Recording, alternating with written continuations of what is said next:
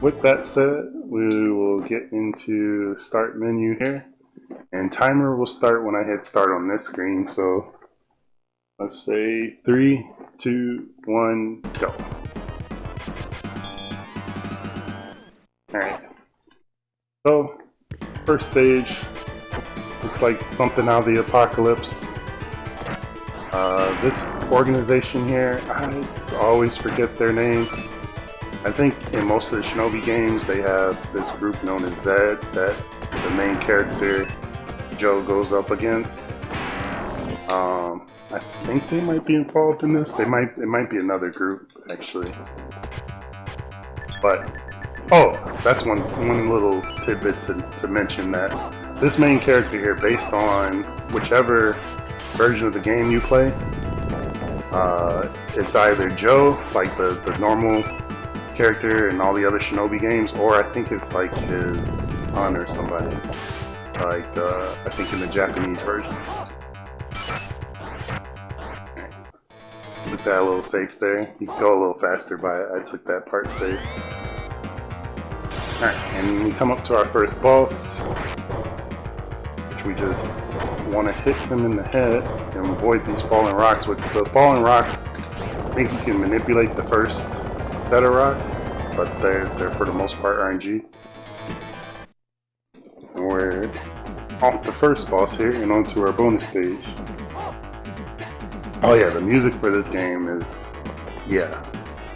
Probably out of all the games that I played here today, this is the game that you definitely need to check out the soundtrack for. So this part, you could, well, the idea is you're supposed to throw shurikens at these ninjas, and if you hit them all, you'll get like a 3-up at the end. Miss one, you get a 2-up. Miss two, you get a 1-up. But if you don't attack any of them, the game, I think, pities you and gives you a mercy 1-up. So we got our free 1-up just by not hitting any of the ninjas. And we'd rather, like, as from a speedrunning perspective, not move around and stuff, just so that the screen transition is smooth and we can keep going, save time. So this game, for the most part, there's no like. There are like maybe a few kind of like glitches or something that we take advantage of, but for the most part, it's all muscle memory and skill, and knowing, like, being familiar with the enemies, like what they can do, how they can kill you, and just improving the route that you take. So we just narrowly dodged that bullet there. Oh, that's not good. Alright, okay. We're okay. Alright, cool. Ninjas are gone. Duck that just in case. Sometimes you can get hit by that guy with the green, I don't know, boomerangs, manhole covers, I don't know what he thought this. So we're gonna try to go for, we're gonna try to go for a quick kill on this boss, though I actually sort of missed it there, but it's not, there's a chance we can still do it. Just don't want to die. Okay, we didn't get it. What it involves is, if you shoot 2 shurikens at his face, that second shuriken, if you time it right and get it aligned over his hitbox, you could use your magic, and it'll just like basically one cycle the boss. It'll quick kill him. So yeah, we try to aim for a 1 cycle on that boss. Didn't get it there, but we survived. We live to do our ninja thing for another day. And again, I call these charity, well, it's not just, this is basically a charity bonus stage. Again, the game's feeling sorry for you when you don't hit any of the ninjas. And there we go. The game helping keeping itself marathon friendly with its 1-hit KOs. And now we're on the 3rd stage with the Statue of Liberty, climbing the outside of it, jumping over the roly-polies there. Oh, watch out for that. This stage, if you're not careful like how I'm moving about here, this game is known to eat inputs. Like when I was jumping over those boxes over that second level there, that's usually a run killer for me, because sometimes Joe just won't jump. But again, made it to the exit. And now I'm moving to one of my favorite sections of this game, because now we can dance to the music with the dog.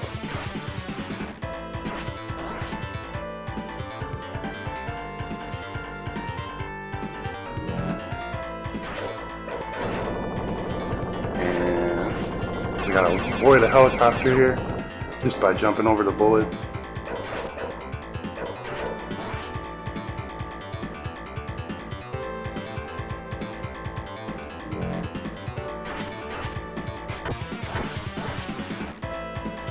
Not much to say about this level, other than if you die, then you have to start. Oh crap! I almost jinxed myself. You have to start all the way back at the beginning, so it's a huge time sink we do not want to lose.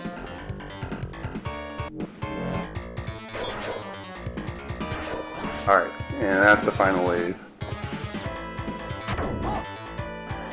We made it.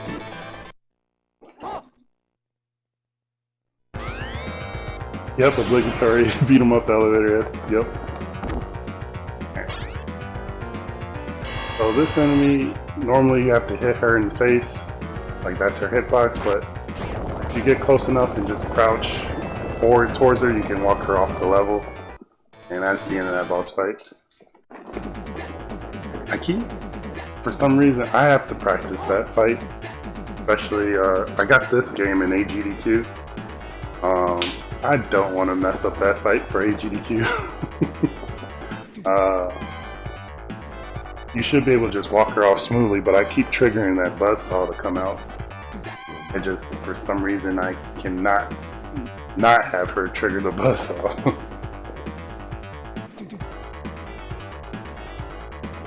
Okay. So 4-1 coming up here is, in my opinion, the run killer of the game. This is where runs go kaput for sure.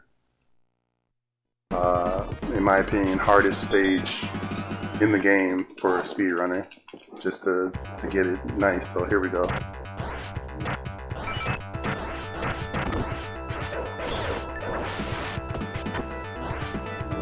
Alright, so yeah, that initial part right there is usually one of the hang-ups, but we use some safety.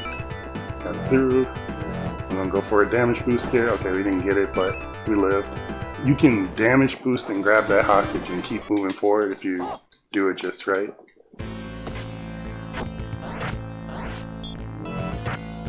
And casually, this is one of the harder stages in the game.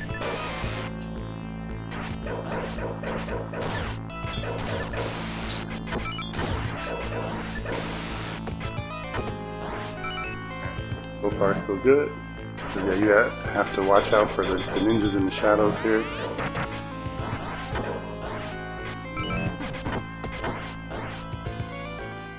But we made it. Alright, so if 4-1 was the run killer, this boss is the boss run killer. Crap, I can't even speak now. This boss is known to kill runs too, and he's the most RNG heavy boss in the game. And I was trying to go for a similar kill to the second boss, that wall boss, where if you time it right and have shuriken overlap his hitbox, you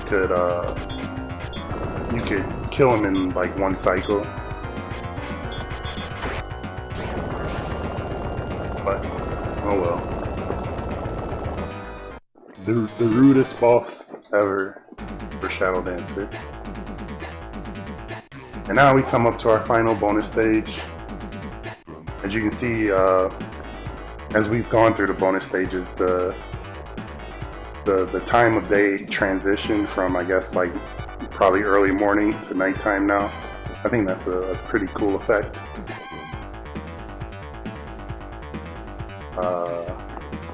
Yeah. If we have any quick donation reads or anything, we can do that here.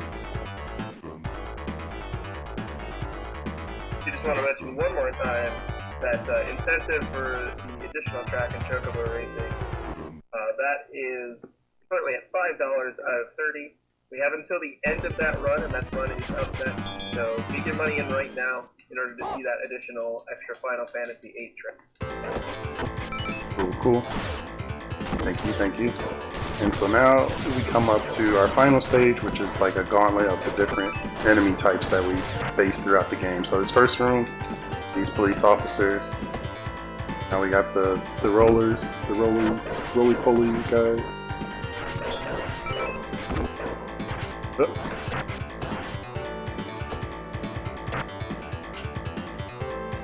I love how at the end of each room you like can hit a guy and they sort of just pose for you.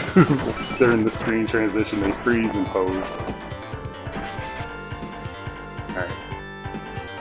Those green guys are scary because they like where you can sort of bounce off enemies. As you see, I just bounced off that ninja there. Ooh, crap. That was supposed to be a jump kick. Jump kick did not come out. The green guys, if you touch them, they are just straight up death. So you can never touch those guys. What the? Alright, let's get through here.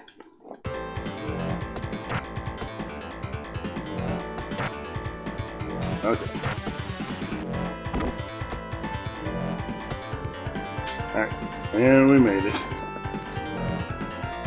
This jump right there, if you're not careful, like, I want to say it's like one of those frame perfect jumps. He'll turn around and he can jump into you and kill you. Sort of like that. That very first jump in that last room there. Now, we're at the final boss, who to me looks like he's sitting on the toilet.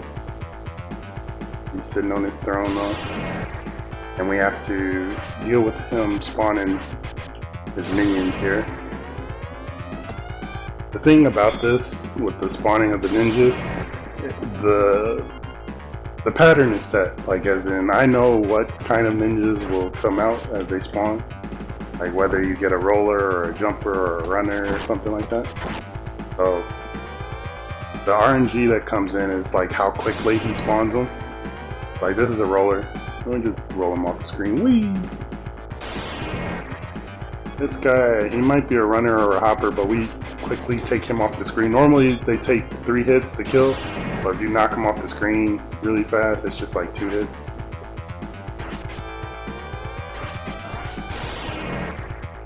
Yeah, so he's going a bit slow. Sometimes he would speed things up right around a little bit before here. And you can only hit him once he exposes his weak point. And if you attempt to use your magic, he will drop his head down and hide his weak point. So magic doesn't work on him. But time is coming up soon when the screen fades to black here after I get these final 2 hits. Hopefully we get him and he doesn't get me in this last. Uh-oh. This could be rough. Alright, we're okay. So he decided to speed things up right at the end there. And alright, we're good. So time will come as soon as the screen fades to black. Now. Thank you.